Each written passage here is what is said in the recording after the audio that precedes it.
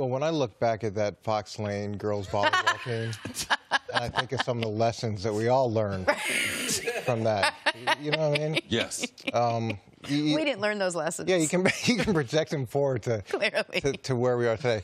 I think New England should be worried based off of a couple of things. The fact they can generate pass rush with 4 defensive linemen, and that's the key thing. You're not going to successfully blitz Tom Brady, and typically when you do try to bring pressure, he's going to end up hurting you. So that to me is a concern. The second thing would be their ability to run the ball and run the ball effectively and keep Tom on the bench. Those 2 things give them a very good chance to be successful. Now, the difference between New England and Pittsburgh is there were plays in that game last week where Pittsburgh created opportunities for Jacksonville, either by not being in the right gap or not being sound in coverage. You saw it really early in the game with the tight end running free in the flat. There's nobody there. That's not going to happen. New England's not going to beat themselves. So Jacksonville's going to have to execute consistently and at a high level. And I think New England, at the end of the day, is going to make it be all about Blake Bortles and see whether or not he can actually beat him. And I don't think at the end of the day he's going to be able to do that.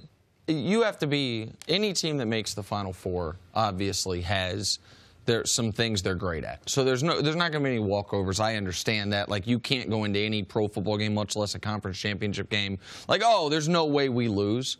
But we also should level set and maybe take a 10,000 feet view of where the Pats are, where they started the season, where they are right now. They came into this season as the heaviest favorites to win a Super Bowl that we've seen from any team in a decade. Throughout the season, once they dealt with the Julian Edelman injury in the preseason, throughout the season, they have been very fortunate as far as key players being injured, more fortunate than we've seen from New England in recent years. They also have been fortunate as far as injuries other teams have suffered. We mentioned Ryan Shazier, but Carson Wentz, the guy who was probably going to win MVP on the other side of the bracket. Aaron Rodgers. Now they see Drew Brees getting knocked out of the playoffs.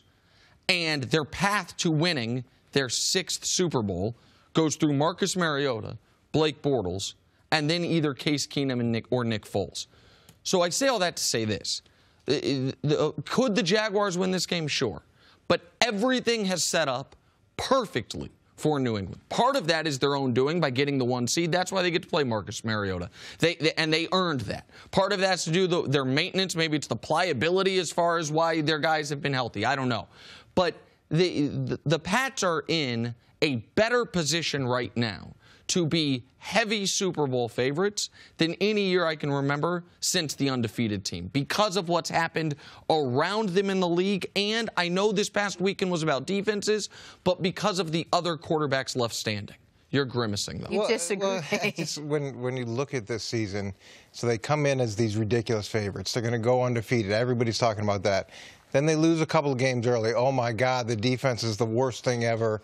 Tom Brady, he may be done.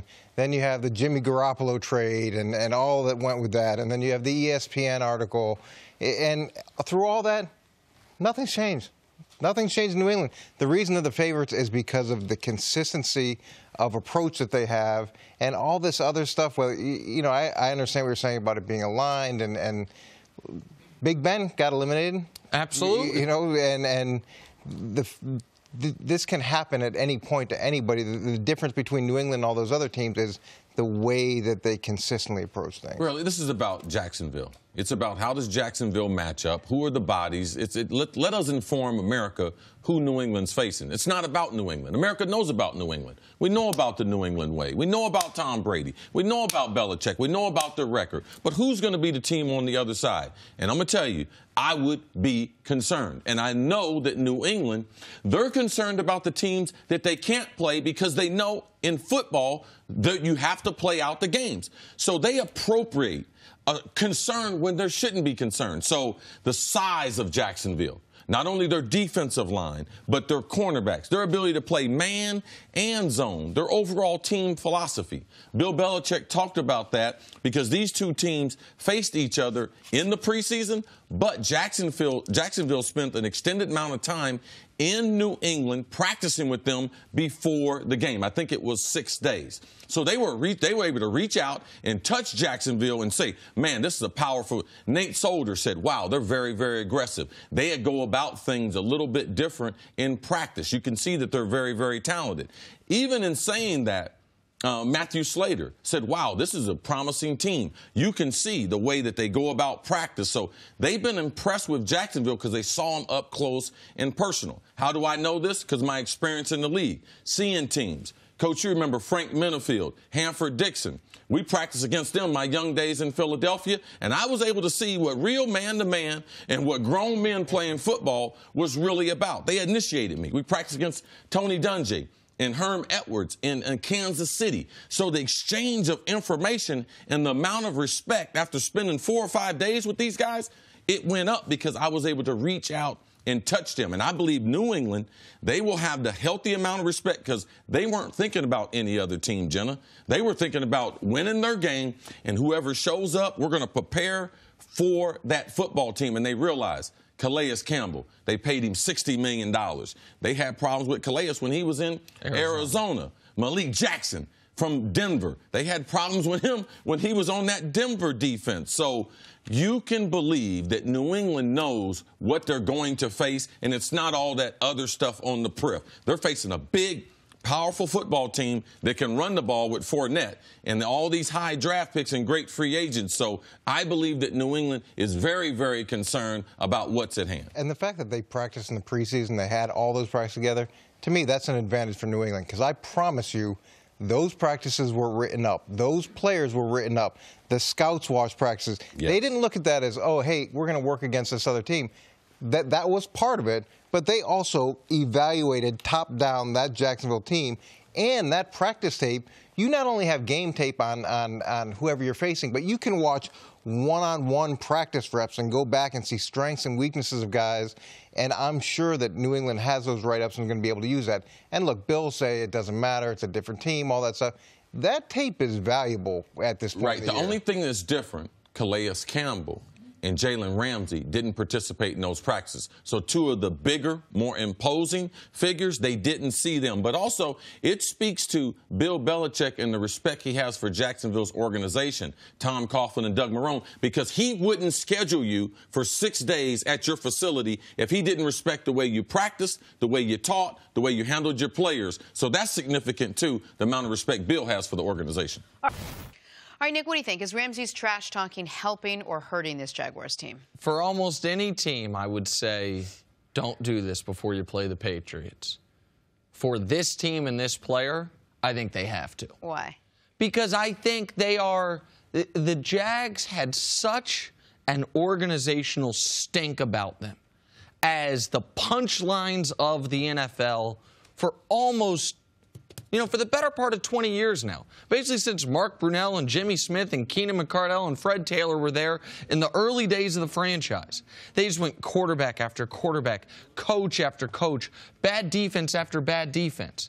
And the real change, it's not just Jalen. Now, listen, there are a lot of great players on the team, but Jalen is the sassiest, and Jalen is the brashest, and Jalen is the one that likes to talk the most. He has become right, and he is probably the most physically, him or Calais Campbell, the most physically talented players on the team. And so I think he has to carry himself like that. There are no two teams over the last 15 years have a bigger dichotomy of success than the Jags and the Patriots. No two quarterbacks that have a bigger dichotomy of how they're discussed than Brady and Bortles. So Jalen Ramsey saying, we're going to beat the brakes off you, and then we're going to go to the Super Bowl and win that. Like, maybe it adds a little bit to the Pats' motivation, but I think the Jags have to quote the man who won't be named on this show, speak it into existence to a degree. So I understand what Jalen's trying to do. Yeah. Please, don't go there no more. Jalen Ramsey is the modern day, for those recent history, let's go with Richard Sherman. And let's look at Seattle, where they were before they got Richard Sherman. Skill set, very, very similar. Jalen's a better athlete.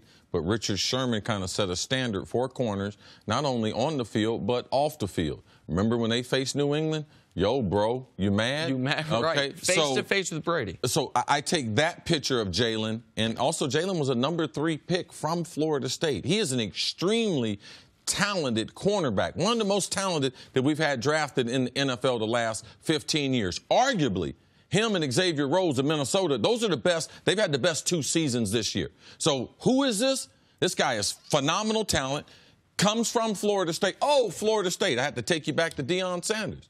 Before Atlanta Falcons drafted him, they had won 5 games and 3 games. They were no different than Jacksonville. He changed that city. He changed that culture. Happened to be a Florida State guy. Is mentored by Deion Sanders. So, no, this is who Jalen is. If you follow him on Twitter, if you listen to his interviews, we as a national media, we like to say we cover all the teams, but we don't. All right? We haven't had our eye on Jacksonville, but we had Jalen on the show. We knew that they were an up-and-coming team, and he's one of the bright players in the National Football League. So that's his personality. He's not out of character.